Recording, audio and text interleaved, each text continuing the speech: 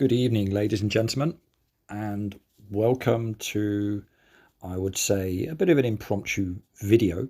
I hope you're all doing well. I hope everybody has had an enjoyable weekend. Mine turned out very nice, actually, in terms of the weather, most certainly. It looked like the end of the world was nigh this morning, but it turned out a beautiful day. So, of course, making use of that good weather, and I was planning on meeting up anyway today with a friend or two. Proceeded to meet up in Bournemouth, myself and a friend Paul, and we decided to, while we were there making use of the good weather and enjoying a bit of a weekend here in Bournemouth in terms of events, because there was a carnival thing going on today and a few things going on in town, we decided to go down to the waterfront, the beach area, and make a couple of observations and document them. More out of fun than anything else. I don't have a P900 Nikon camera or a P1000, whichever one is the old singing or dancing one nowadays, but nevertheless it was sufficient to make a point that I'm going to be making in this video. I recently posted something that I got a couple of responses to in terms of curvature of Earth and this, that and the other. And I was, of course, as we always are, offered orthographic side of my face, side of my head, views of me stood on a small ball, angling my view over a little curve, and the mountain range in the background isn't visible because there's a hump in the middle. That's what you're told. So Paul and I then thought, well, let's just get our cameras out and have a little look. Let's first of all look on the map, see where we are, and let's try and identify what it is we're looking at. So the first picture is us at, I would say, an elevation of about 15 feet, something like that, 10, 15 feet. And what we ascertained from looking through our cameras was that the land that you see in front of you, to the left there's a white hut. And behind that to the left there's a place called Hengstbury Head. Right.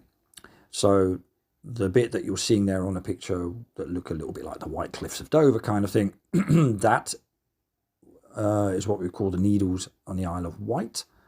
And to the right there's a band of land sticking out into the water, and going right over to the right of the picture. That is the southern tip of the Isle of Wight, near a town called, or a settlement called, Ventnor. Now, we did some looking on the Google, and the Google, in all its wisdom, showed us that the distance between ourselves and the point we were looking at, the furthest point to the right there on the picture, was 27 miles. Now, we then double checked to make sure, is that really what we're looking at? And having looked at the map that you've got now on the screen, you can see, so to the immediate left there's a green bit that's sticking out, to the right, sorry, of the Bournemouth bit. That is Hengstbury Head.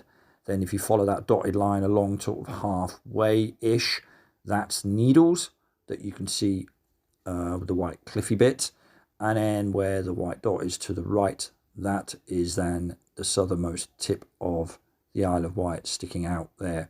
And that is 27 miles distance. Now, once you know that that's 27 miles distance, and by the way, we did the same with the camera and we went 1 foot. And I'm being generous there, it was literally only a few inches, but let's just call it a foot of elevation. I held my phone literally right above the sand, and we were right down near the water.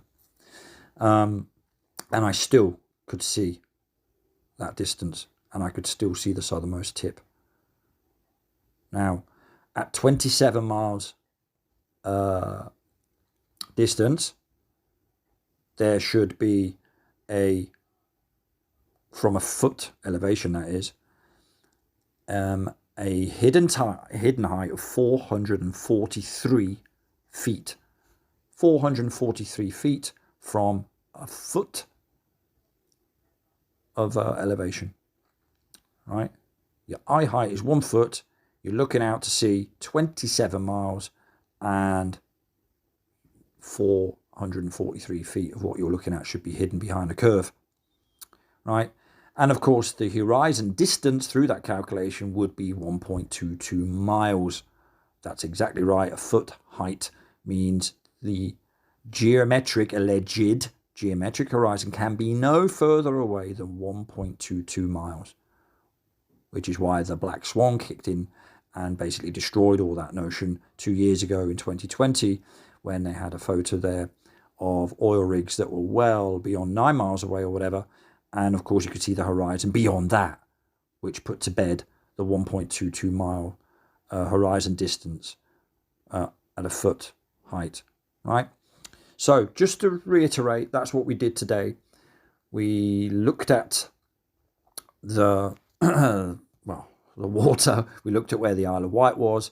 It was a nice day. It was very, very clear. I've very, very rarely seen it that clear that you can actually see that part of the Isle of Wight. Normally you struggle to see Needles, the white bit. You can see it often, but that's about 14 miles away. So even that should be hidden by a couple of 100 feet, at least.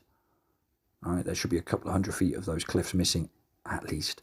So anyway, there you go. I thought I would bring that to you. I thought that was quite interesting. We did that with a normal camera on our phones. Anybody can do it. It doesn't have to be water. You might live in the Cotswolds. You know, you might live anywhere where you can look out long distances and you could subtract your elevation height and work out exactly, because we've been given an actual dimension of Earth. According to the globe proponents, that would be our mainstream, the people who run our education systems and our science, in inverted commas,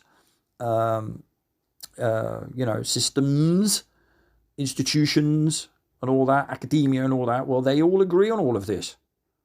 It's so simple, I should say, to prove it all wrong just by making some observations.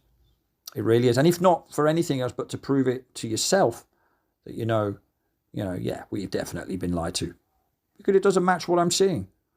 Where we heard that before. Anyway, there we go. I thought I'd just bring that back, bring that to you. A bit late, actually. It's 7:30 already in the evening. I wanted to do this a couple of hours ago, but something else happened on the way back home of positive nature. I'll go into that another time, but that's to do with music. Anyway, on this note, thank you all for looking in. Larry sends his regards, and speak to you all soon, some of you sooner. Cheers and ta-ta for now.